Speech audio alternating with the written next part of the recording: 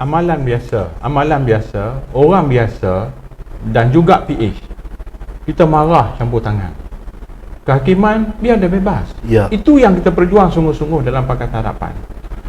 Tapi dalam kes ni, UMNO satu dewan marah tak campur tangan.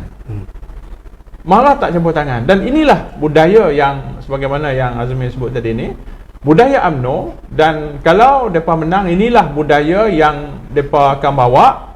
Jadi sebab tu saya kira dia tidak lagi berhak untuk menang. Satu. Yang dua, kawan dia kawan dia nak baik dengan dia tu pas. Asatizah dan juga beberapa pimpinan membawa naratif, menulis, mengucap seolah-olah untuk menyalahkan pihak mahkamah, seolah-olah Najib itu tidak bersalah, dan menyokong hak UMNO tadi. Komen. Saya dah baca satu tulisan di kalangan orang yang ternama dalam PAS baru ni. Dia kata dia macam percaya tak percaya dengan Najib ni. Dia punya dalil dia ialah kerana Najib sumpah dekat masjid Mubahalah. Kalau hanya kerana sumpah itu boleh orang panggil apa, menggundah gelanakan hati kita ni, dia ni bersalah ataupun tidak, maksudnya kita dah tak ada sistem perundangan yang boleh kita percaya dalam negara. Malah di mana-mana. Sebelum tu, kes-kes jenayah ni boleh mubahalah ke? Mana boleh dah kes jenayah. Kalau batu, kalau mubahalah, pakat lepas habis lah pencuri apa semua. Pakat habis sumpah. Pencuri, perogol, perompak, semua tu kata bila habis, bila banyak, saya nak sumpah kat masjid, saya tak buat benda tu. Oh, jadi maksudnya adakah hakim kena lepaskan dia apa? Oh, mampulah kita macam tu. Tak ada sistem lah macam tu.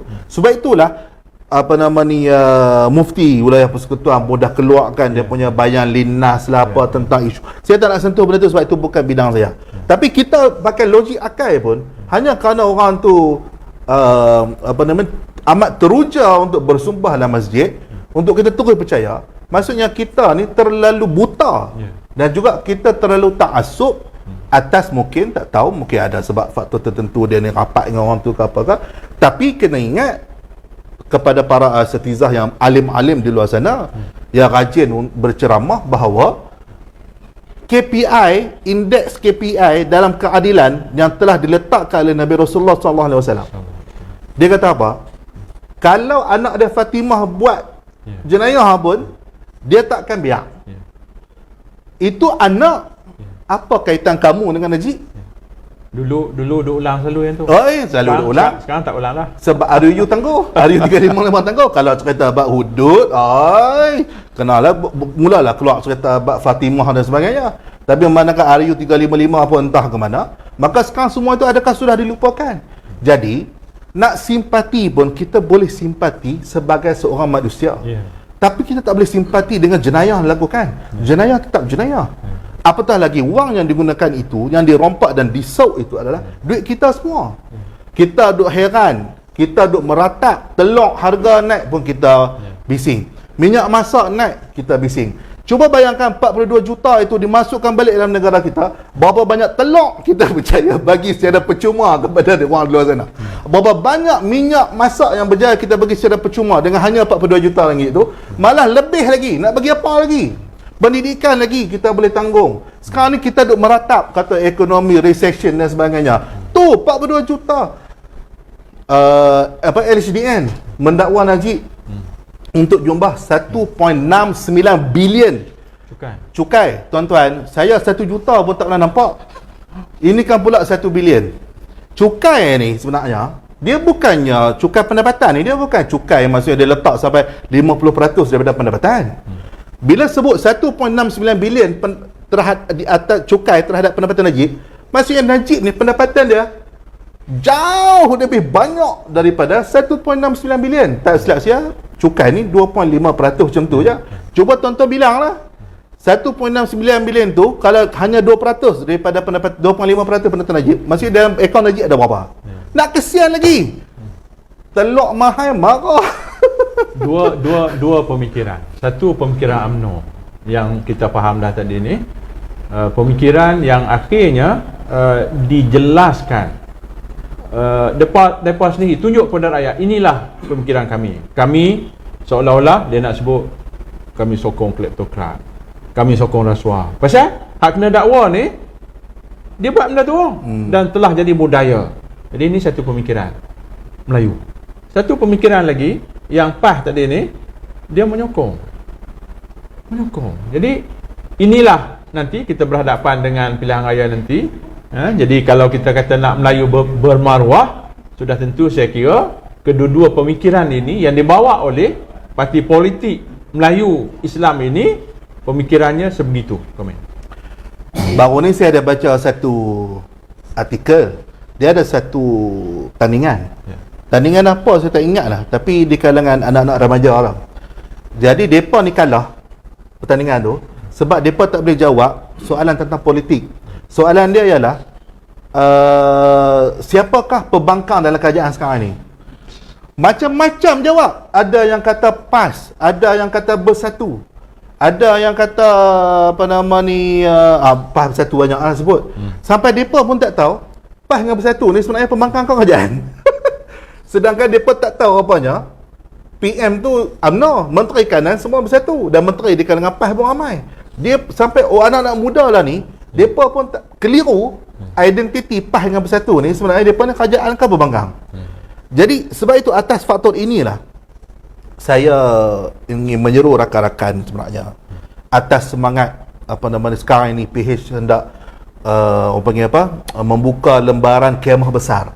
Setakat sekarang ni itu dia punya percubaannya ialah. Jadi bila sebut kemah besar ni maksudnya tak kira lah dia tu PAS ke Bersatu ke, kita kena orang panggil apa, seiring dan sejalan melihat kepada satu natijah, iaitu kita tak boleh berkompromi dengan kezaliman dan juga penyalahgunaan kuasa. Kerana kezaliman dan penyalahgunaan kuasa inilah merupakan sebab kepada kehancuran negara. Takkan kita nak jadi macam Sri Lanka, takkan kita nak jadi macam Greece yang bankrupt dan sebagainya. Takkan kita nak tunggu sampai tara itu. Jadi ambillah semangat ini untuk sebenarnya untuk kita kenang dan ingat balik asas perjuangan parti politik masing-masing ini sebenarnya apa. Jangan hanya kerana kita baru mendapat habuan sedikit daripada UMNO, Badan Barisan Nasional diberikan jawatan menteri itu, diberikan jawatan menteri ini, maka kita lupa sebenarnya kita ini membawa satu amanah yang besar, di mana amanah yang besar itu ialah apa? Kepercayaan yang diberikan oleh pengundi kepada kita untuk membawa satu keadilan sejagat kepada semua, dan juga untuk memastikan orang yang menzalimi ini menerima hukuman yang setimpalnya, seperti mana yang berlaku dalam kes Najib Razak ini. Jadi atas faktor itu saya rasa kita perlu kena buka minda dan kita kena open.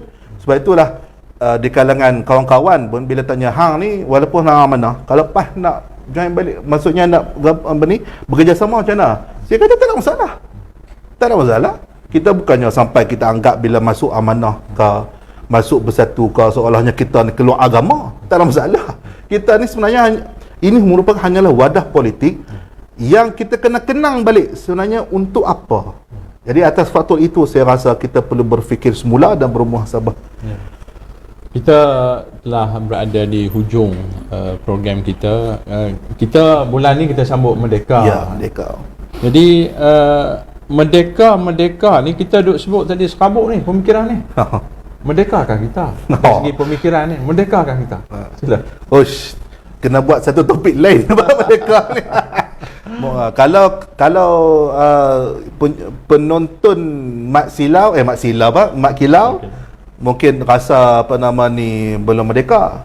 Tapi kalau melihat kepada apa yang berlaku dalam kes Najib, saya merasakan kita ni baru hendak mencapai kemerdekaan.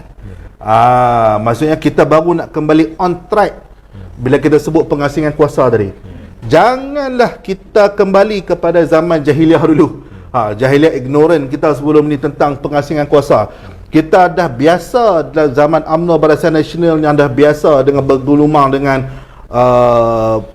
hakim nak orang dia, pegawai negara orang dia ni, seperti mana kita bahaskan tadi. Kita dah biasa. Jadi kita sekarang ni dah mula masuk ke fasa hakim-hakim dah tak takut.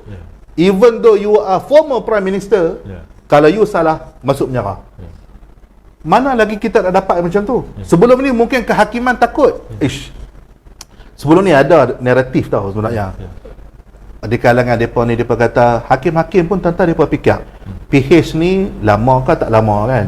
Kalau nanti naik balik Najib jadi Perdana Menteri, mampus kita dah bagi dia hukum penjara lagi, dia naik, mampus kita. Tapi kita lihat bagaimana kehakiman sekarang ini tak border dah. Whoever the government, dia kata saya buat kerja saya. Jadi sepatutnya kita kena ambil peluang ini, kita kena semangat lah. Maksudnya kehakiman kita dah mencapai satu panggil apa, benchmark yang tidak berlaku sebelum ini. Sebelum ni kita asyik kerap masa sebelum PH menang, kata kehakiman ni ada campur tangan politik dan sebagainya. Ini dah jadi bukti dan pencetus dan pembuka ruang kepada kita untuk ke arah itu. Jadi kita seharusnya kita jangan lagi toleh ke belakang. We must move on, tapi pada masa yang sama kita kena tambah baik apa yang berlaku dalam negara kita. Ya, saya kira kita dah sejam lebih kurang macam tu. Mungkin kata-kata yang terakhir, kesimpulan daripada keseluruhan perbincangan kita, Najib tumbang, rakyat menang. Sila. Hari keputusan kes Najib tu, saya rasa seolah-olahnya hari tu dia macam kembali kepada memori hari PH mula menang. Dia jadi macam tu tau. Semua di kalangan kat pejabat saya ke kawan-kawan ke WhatsApp, semua duk update pasal Najib. Soalan dia, Najib dah masuk penjara lah. Dah confirm ke penjara ni? Jadi mana-mana hak yang